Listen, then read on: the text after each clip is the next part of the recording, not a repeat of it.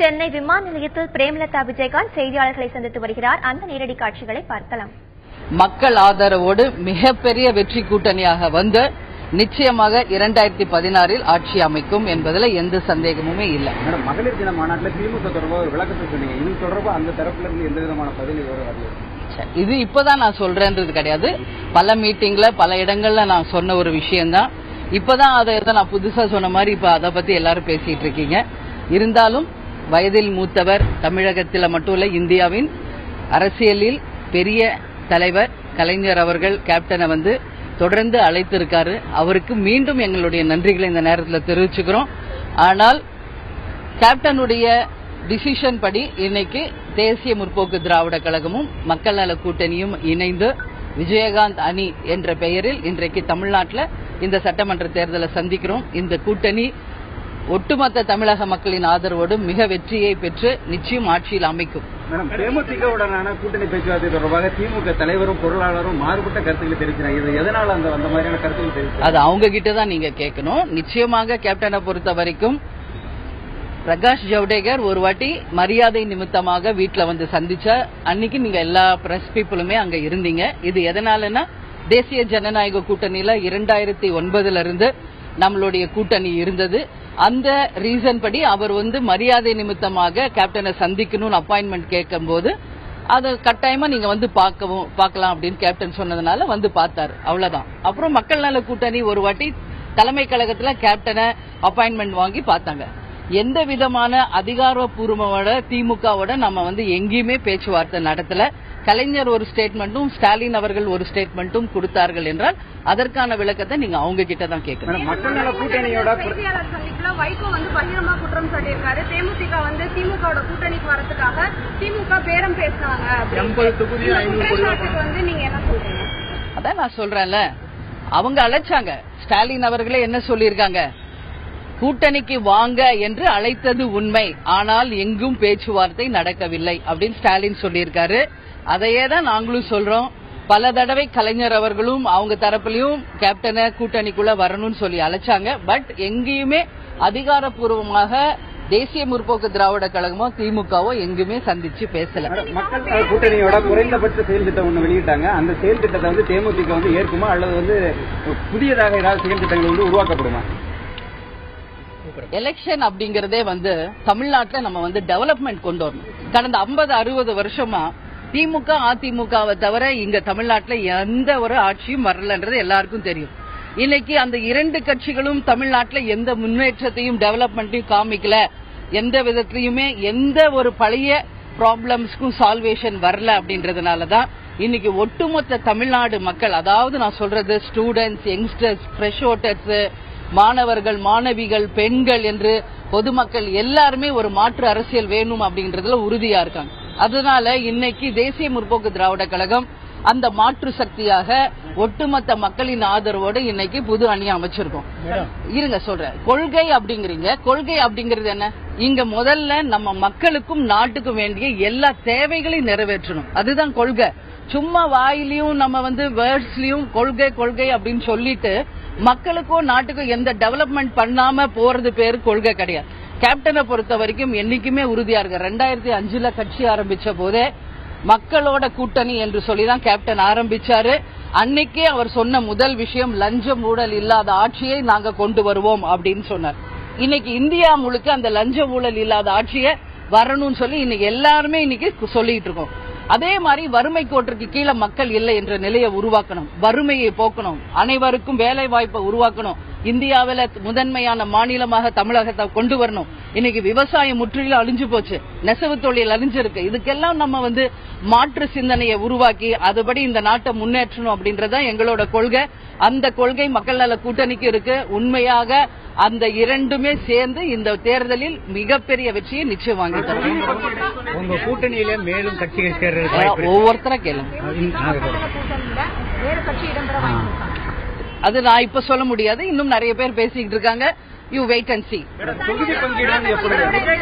தொகுதி பங்கீடு 5 கட்சிகளுக்கு இடையே வந்து அதாவது இந்த தொகுதிகளில் போட்டியிடுவது என்பது அந்த தொகுதி எப்பொழுது அறிவிப்பு? வெகு விரைவில் தலைமை கழகத்திலிருந்து அறிவிப்பு வரும். நிலைப்பாடுல இருந்து எதனால மாறலையே? நாங்க அன்னைக்கே சொன்னது தானே. இன்னைக்கு எல்லா தரப்புமே கேப்டனை அழைச்சிட்டு இருந்தாங்க. சோ அதுக்கு ஒரு முற்றுப்புள்ளி வைக்கணும்ன்றதுனாலதான் இன்னைக்கு கேப்டன் சொன்னது தனிச்சு போட்டி. அன்றைக்கே நாங்க சொல்லியிருக்கோம், திமுக அதிமுகவுக்கு மாற்றாக வரக்கூடிய யாராக இருந்தாலும் கேப்டனோட பேசலாம் என்று அதே மீட்டிங்ல நாங்க சொல்லியிருக்கோம். சோ எங்க நிலைப்பாட்டுல நாங்க தெளிவா இருக்கோம். லஞ்ச ஊழல் இல்லாத கட்சிகள், நல்லவர்கள் ஒன்று சேர்ந்து பாண்டவர் அணி உருவாக்கப்பட்டிருக்கிறது. லஞ்ச ஊழல் இல்லாத கட்சிகள், நல்லவர்கள் எல்லாம் ஒன்னு சேர்ந்திருக்காங்க. இதை மக்களும் மாணவர்களும் இளைஞர்களும் ஃப்ரெஷ் ஓட்டர்ஸும் வெல்கம் பண்றாங்க. அந்த வகையில லஞ்ச ஊழல் இல்லாத ஒரு நல்ல ஆட்சியை நிச்சயமாக நாங்க கொண்டு வருவோம். அதே போல ஏன் பிஜேபி இந்த வாட்டி வரலன்னு நீங்க கேட்கலாம். இன்னைக்கு வரைக்கும் தேசிய முற்போக்கு திராவிட கழகத்துக்கோ பிஜேபிக்கோ எந்த ஒரு தனிப்பட்ட எந்தவித மனஸ்தாங்களும் கிடையாது. ஆனால் இப்ப அமைஞ்சிருக்கிற கூட்டணி, அதாவது மக்கள் நல கூட்டணிக்கும் பிஜேபியும் ஒன்றாக இணைந்து பயணிக்க முடியாத ஒரு நிலைமை. ஏன்னா இங்க கம்யூனிஸ்ட் இருக்கிறதுனால நிச்சயமா அவங்களுக்கு ஒத்து வரல. அதனாலதான் இந்த முறை பிஜேபி எங்களோட வரலையே ஒழிய மற்ற எந்த காரணமும் இதுல கிடையாது. இப்பொழுது அந்த 5 கட்சிகள் கூட்டணியோட பெயரை மாத்தி இருக்கிறதுனால அதுல மக்கள் நல்லா கைவிட்டுட்டாங்க அப்படின்னு சொல்லி ஒரு சிலர் குற்றம். அதுதான் பிரஸ் தான் நீங்க இது பூதாகரமா, நானும் 2-3 நாள்ல டிவில பாத்துட்டு தான் இருக்கேன். நிச்சயமா கேப்டனை பொறுத்த வரைக்கும் மக்கள் நல கூட்டணியை சேர்ந்த 4 தலைவர்களும் தெளிவான முடிவை எடுத்திருக்காங்க. தேமுதிகவும் மக்கள் நல கூட்டணியும் இணைந்து தேர்தல் களத்தில் 2016 பொது தேர்தலை சந்திப்போம் அப்படின்னு தெளிவா சொல்லியிருக்காங்க. அந்த கூட்டணி இப்ப ஒரு வில்லேஜ் லெவல்ல நாங்க கொண்டு போகும்போது மக்களுக்கு ஈஸியா புரியணும் அப்படின்னா, விஜயகாந்த் அணி அப்படின்னா ஒரு சாதாரண ஒரு பாமர மக்களுக்கு கூட ஈஸியா புரியும். அதனாலதான் இது விஜயகாந்த் அணி என்று வைகோ அவர்களே சொல்லியிருக்காங்க. அப்படியெல்லாம் கிடையாது. இது ஊடகங்கள் பெருசு பண்றது. அவங்க தெளிவா தான் இருக்காங்க, நாங்களும் தெளிவா இருக்கோம். பேர்ல ஒண்ணுமே கிடையாது. இன்னும் வேட்பாளர் அறிவிச்சோன்னு யார் வேட்பாளர், எந்த தொகுதி, அப்புறம் எலெக்ஷன்ல என்ன பண்ண போறோம், அப்புறம் எத்தனை நம்பர் சீட் ஜெயிச்சாங்க, யார் ஆட்சி அமைக்கிற, இப்படி மாறிக்கிட்டே இருக்கும். அங்க ஒண்ணுமே கிடையாது பேர்ல. சரிங்களா, நாங்க தெளிவா இருக்கோம். பலமுனை போட்டி ஏற்பட்டிருக்கு. இது வரவேற்கத்தக்க ஒன்று. ஏன்னா திமுக நல்ல ஆட்சி செய்தோ இல்லையோ வேற வழி இல்ல அதிமுக ஓட்டு போட்டுக்கிட்டு இருந்தாங்க. அதிமுக நல்ல ஆட்சி கொடுத்ததோ இல்லையோ திமுக ஓட்டு போட்டுக்கிட்டு இருந்தாங்க. ஆனா இன்னைக்கு கேப்டன் என்னைக்கு கட்சி ஆரம்பிச்சாரோ அன்னில இருந்து ஒரு மாற்று சக்தியை கேப்டன் உருவாக்கிட்டு இருக்காரு. இந்த முறை அந்த மாற்று சக்தியாக 2006 நாங்க தனிச்சு போட்டி போட்டோம். அன்னைக்கு யாரும் கூட்டணியில் இல்ல. ஆனால் இன்றைக்கு 4 மிகப்பெரிய கட்சிகள் கேப்டனோட இணைந்து ஒரு மாபெரும் வெற்றி கூட்டணி அமைச்சிருக்கோம்.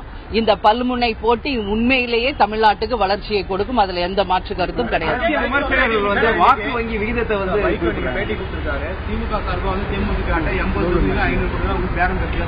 அவர் கருத்து நீங்க வைகோ கிட்ட தான் கேட்கணும். சரிங்களா, அவர் சொன்ன கருத்துக்கு உரிய பதிலை நீங்க அவங்க கிட்ட கேளுங்க. எது நான் மகளிர் கூட்டத்திலேயே தெளிவா சொல்லியிருக்கேன். நல்லா புரிஞ்சுக்கணும். மீண்டும் மீண்டும் நீங்க எல்லாரும் தயவு செஞ்சு பிரஸ் பீப்புளையும் நான் கேட்டுக்கிறேன். இது வரைக்கும் திமுக அதிமுக மாற்றா ஒரு உருவானதே கிடையாது. இங்க ஒரு கூட்டணி ஒரு நல்ல ஒரு முன்னேற்றத்தை உருவாக்க நாங்க ஒரு நல்ல ஒரு திட்டத்தை இன்னைக்கு கேப்டன் தைரியமான ஒரு முடிவை எடுத்திருக்காரு. அதுக்கு என்ன இதை பிளஸ் ஆக்கி இன்னும் மக்கள் கிட்ட கொண்டு போய் ரீச் பண்ண வச்சு இந்த கூட்டணி வெற்றி பெற்று தமிழ்நாட்டில் ஒரு மாற்றத்தை உருவாக்கணும். அது மூலம் தமிழ்நாடு முன்னேறணும்ன்றதுல பிரஸ் பீப்புள் ஆகி நீங்களும் எங்களுக்கு உறுதுணையா இருக்கணும்.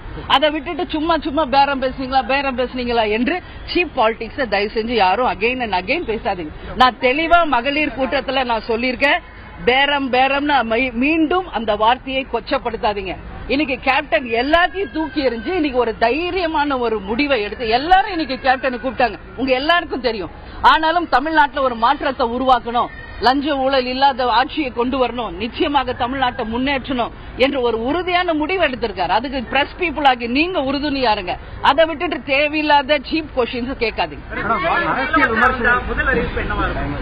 அது இப்பயே நாங்க சொல்ல முடியாது. நாங்க மத்தவங்கள மாதிரி முதல் கையெழுத்து முதல் அறிவிப்பு எல்லாம் நாங்க சொல்ல மாட்டோம். அன்னைக்கு மக்களுக்கு என்ன தேவையோ நிச்சயமா கேப்டன் அது அன்னைக்கு செய்வார். நிறைய பிரச்சனை இருக்குங்க, இங்க நிறைய பிரச்சனை இருக்கு. இங்க ஒரு பிரச்சனையினால எந்த சால்வேஷன் இங்க வரப்போறது கிடையாது. நிறைய பிரச்சனை இருக்கு தமிழ்நாட்டுல. 60 ஆண்டு காலமா இங்க நடக்காத பல விஷயங்கள் இருக்கு. சொன்னா நான் 1 hour அதை பத்தி பேசலாம். அரசியல் சொல்லுமா.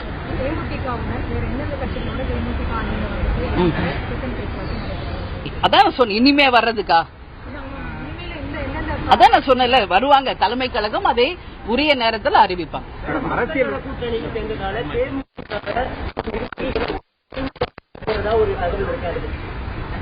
தேசிய முற்போக்கு திராவிட கழகம் ஒரு இரும்பு கோட்டை. மீண்டும் மீண்டும் நான் அதை உறுதியா சொல்றேன். ஒரு கேப்டன் ஒரு டிசிஷன் எடுத்தால் அதை கடைக்கோடி கிளை தொண்டர்கள் வரைக்கும் அதை தலை வணங்கி ஏத்துக்குவாங்க. இந்த தேமுதிகவை உடைச்சிடலாம் கலைச்சிடலாம் அப்படின்னு யாராவது கனவு கண்டால் அது நிச்சயமாக பலிக்காது. ஏன்னா கேப்டன் எடுக்கிற எல்லா முடிவும் நிச்சயமாக நல்ல முடிவாக இருக்கும்ன்றது எங்க தொண்டர்கள் அத்தனை பேருக்குமே தெரியும். அதனால நிச்சயமாக அத்தனை பேரும் ஒற்றுழைப்போடு மிகப்பெரிய வெற்றியை நாங்க சந்திப்போம். சரிங்களா? தேங்க்யூ.